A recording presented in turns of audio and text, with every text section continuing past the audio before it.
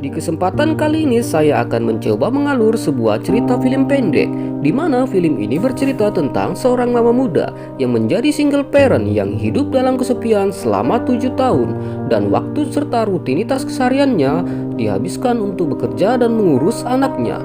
Yuk, kita mulai saja ceritanya. Semoga kalian terhibur dan menyukai video ini.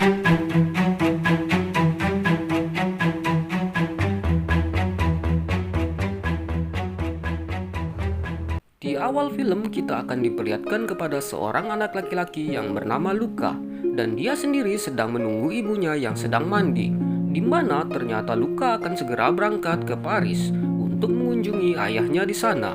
Di saat Luka sudah siap untuk berangkat, tetapi ibunya yang bernama Antonia masih saja sibuk mandi.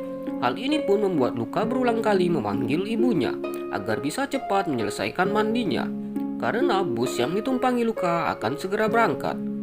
Hal ini pun membuat Antonia segera memacu mobilnya secepat mungkin. Di sini kita diperlihatkan, ternyata Antonia adalah seorang janda anak satu dan dia sangat menyayangi anaknya tersebut. Dan saat berhenti di lampu merah, Luka pun menasihati ibunya tersebut agar tidak merokok lagi karena akan sangat berbahaya untuk kesehatan sang ibu. Lalu sesampainya di terminal bus, tampaklah bus yang akan segera berangkat. Antonia pun bergegas untuk menuju bus yang akan ditumpangi anaknya. Dengan berlari dan menggendong anaknya, dia tampak tergesa-gesa agar bus tersebut mau menunggunya.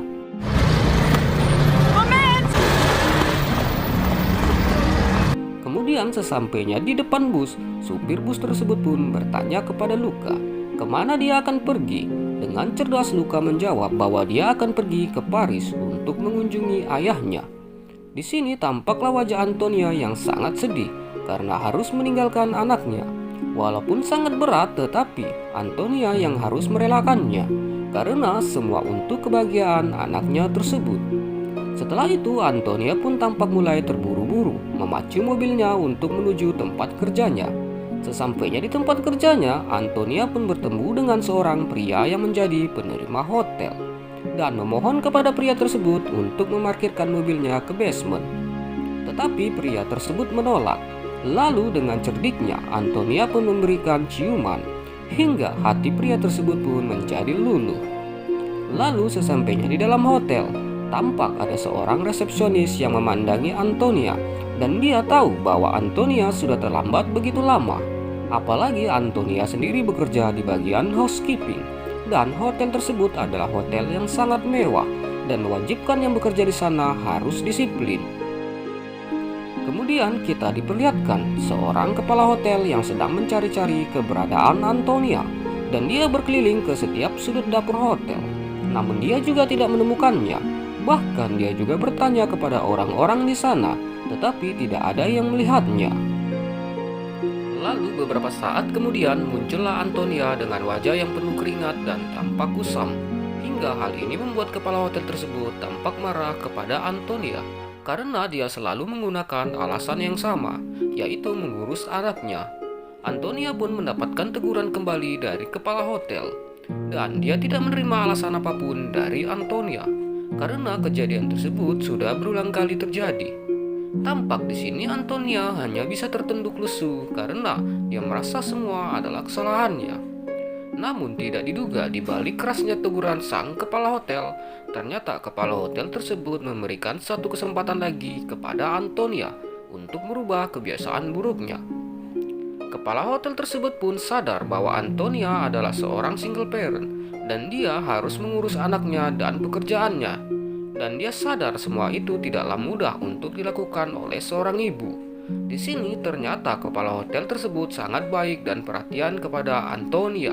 Lalu setelah itu kita diperlihatkan seorang pria di awal scene tadi, yaitu si resepsionis yang ternyata dia tampak menelepon direktur di hotel tersebut untuk memberitahukan kinerja dari Antonia sendiri.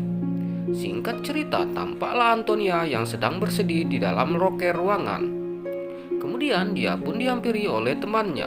Lalu Antonia pun mulai curhat, di mana saat ini hidupnya sedang dalam masa-masa yang sangat sulit. Namun temannya tersebut mengingatkan Antonia untuk tetap semangat dan jangan terlalu memikirkan hal tersebut.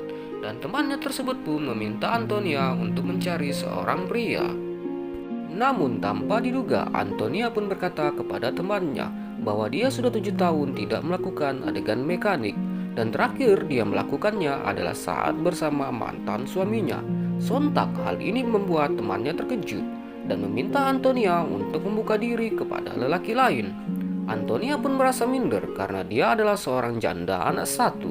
Lalu temannya pun memberi nasihat kepada Antonia bahwa kelak pasti akan ada pria yang akan menerima Antonia apa adanya.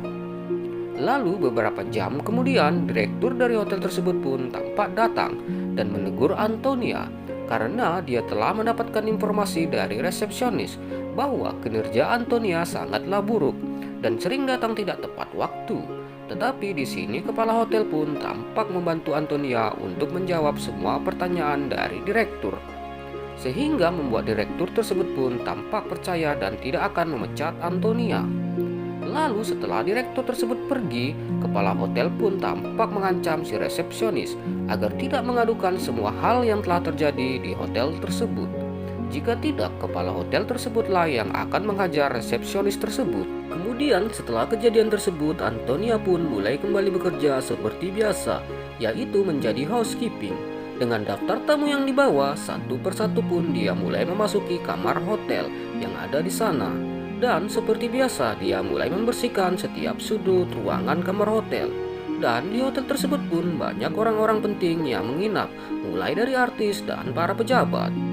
Dan akhirnya tibalah di kamar terakhir yang akan dibersihkan, yaitu di kamar 823. Di kamar inilah akan terjadi suatu hal yang akan merubah gairah hidup Antonia.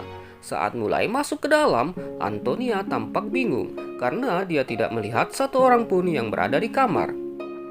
Sampai akhirnya dia sadar bahwa ada sepatu pria dan handphone di kamar tersebut. Lalu seketika handphone tersebut pun berdering, hingga seorang pria pun keluar dari kamar mandi tanpa menggunakan sehelai pakaian. Melihat itu, Antonia pun menjadi terkejut dan kaget. Tetapi anehnya justru pria itu tidak melihat Antonia yang sedang berdiri di dekat handphonenya. Ternyata pria tersebut mengalami kebutaan yang membuatnya tidak melihat Antonia sama sekali.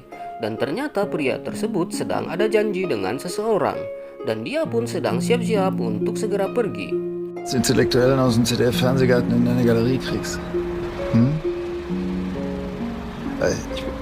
Namun ketika dia sedang mencari sepatunya yang berada di dekat kaki Antonia, justru dia malah menyentuh kaki Antonia, sehingga membuat pria tersebut pun menjadi curiga.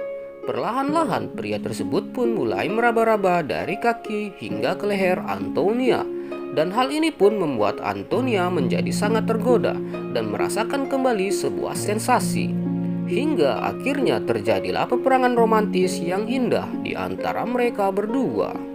Singkat cerita, di akhir film tampak Antonia yang telah menemukan pria yang mau menerima Antonia tanpa melihat dari kecantikan dan statusnya.